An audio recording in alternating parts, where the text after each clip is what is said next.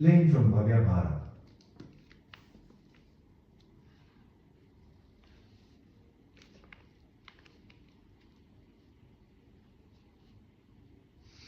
भगवान शंकर के इन वचनों को सुनकर ऋषि गदगद हो गए।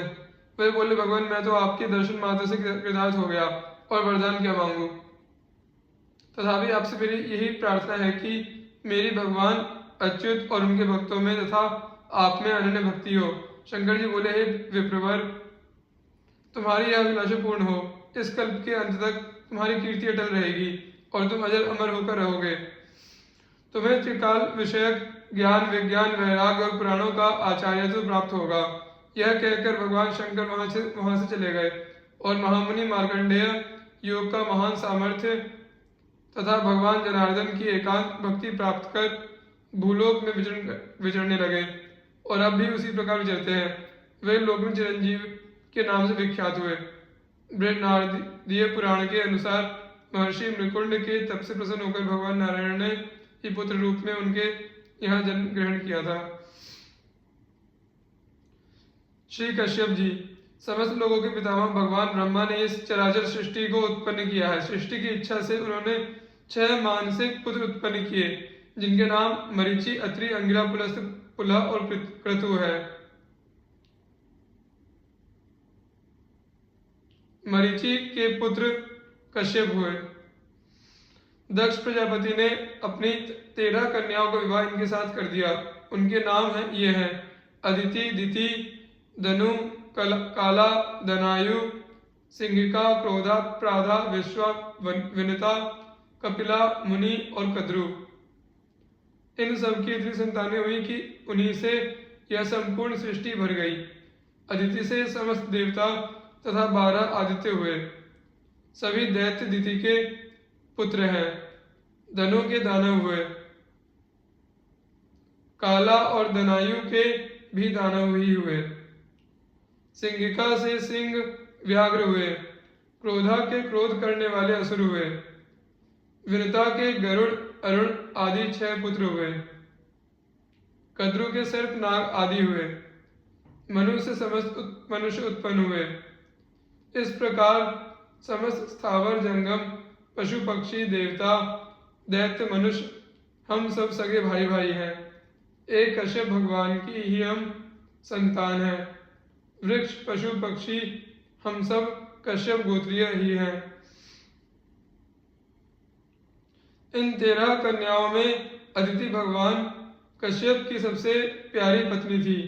उन्हीं से इंद्रादि समस्त देवता हुए और भगवान वामन ने भी इन्हीं के यहाँ अवतार लिया। इनका तप अनंत है। इनकी भगवत भक्ति अटूट है। ये दंपति भगवान के परम प्रिय हैं। 3 बार भगवान ने इनके घर में अवतार लिया। अदिति और कश्यप के महातप के प्रभाव से ही जीवों को निर्गुण भगवान के सगुण रूप में दर्शन हो सके। कश्यप अदिति महातप कीना, तिनको मैं पूरब बर दीना। भगवान जिनके पुत्र बने उनके विषय में अधिक क्या कहा जा सकता है।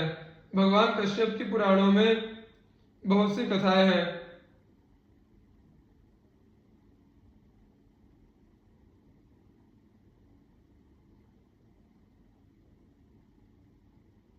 उनमें से वामन, बलि, अदिति आदि के प्रसंग में बहुत सी आ गई है। अतः उनके संबंध में इतना ही कहना पर्याप्त होगा कि ये महानुभाव भगवान को निर्गुण से सगुण साकार बनाने वाले हैं तथा हम सब जीवों के आदि पिता है।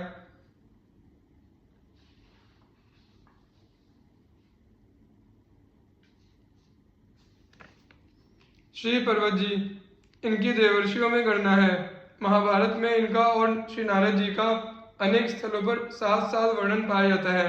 श्री नारद जी की ही तरह ये भी विचरणशील स्वभाव के हैं। लिंग पुराण एवं अद्भुत रामायण में कथा आती है कि एक बार श्री नारद जी और श्री पर्वत जी दोनों मित्र साथ साथ विचरते हुए श्रीनगर के राजा अम्बरीश के यहाँ गए। राजा ने इनका बड़ा स्वागत सत्कार किया और अपनी लाडली बेटी जिसका नाम श्रीमती था उसको बुलाकर मुनि के चरणों में प्रणाम कराकर उसके भाग्य के संबंध में जिज्ञासा की। दोनों ही मुनि श्रीमती के सुंदर रूप एवं शुभ लक्षणों पर मोहित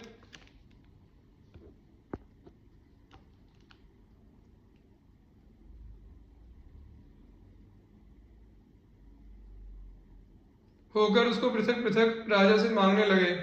राजा को यह उत्तर मिलने पर कि कन्या जिसको जयमाल पहना दे वही ले जाए, दोनों पृथक पृथक भगवान के यहाँ गए और दोनों ने ही उनसे सब वृत्तांत कहकर अपना अपना मनोरथ प्रकट किया।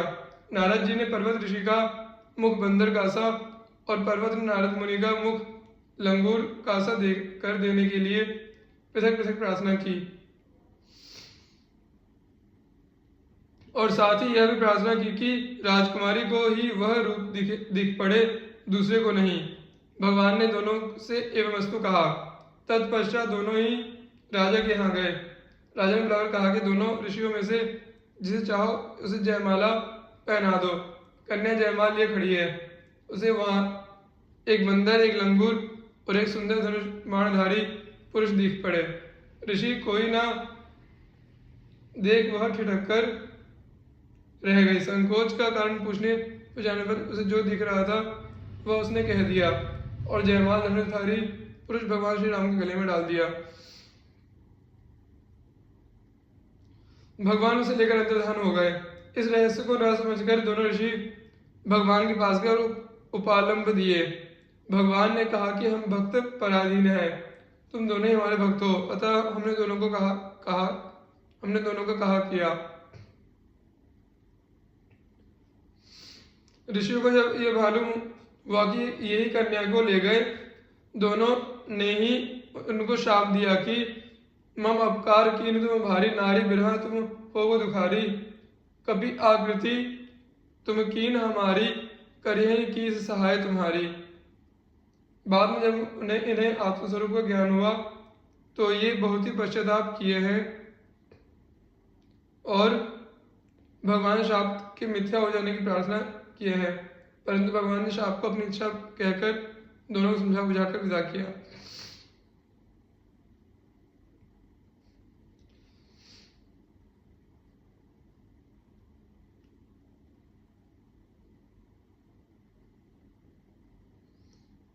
श्री पराशर जी ये ब्रह्मर्षि वशिष्ठ जी के पौत्र, महर्षि शक्ति जी के पुत्र एवं भगवान वेदव्यास जी के पिता हैं।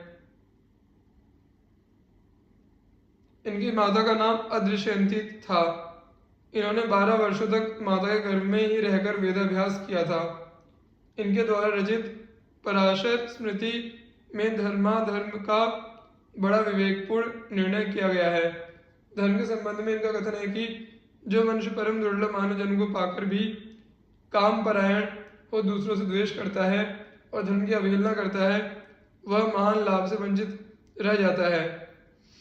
यथा यो दुर्लभतरम प्राप्य मानुष्यम दुष्यते नरः धर्मावमन्ता कामात्मा भवेत् स खलु वंच्यते। महाभारत। भगवत स्मरण की महिमा वर्णन करते हुए कहते हैं कि प्रातर्निशि तथा संध्या मध्याह्नादिषु संस्मरन् नारायणमवाप्नोति सद्या पापक्षयान् नरः। विष्णु 2:6-41। अर्थ प्रातः काल, सायंकाल, रात्रि में अथवा मध्याह्न में किसी भी समय श्री नारायण का स्मरण करने से पुरुष के समस्त पाप तत्काल क्षीण हो जाते हैं।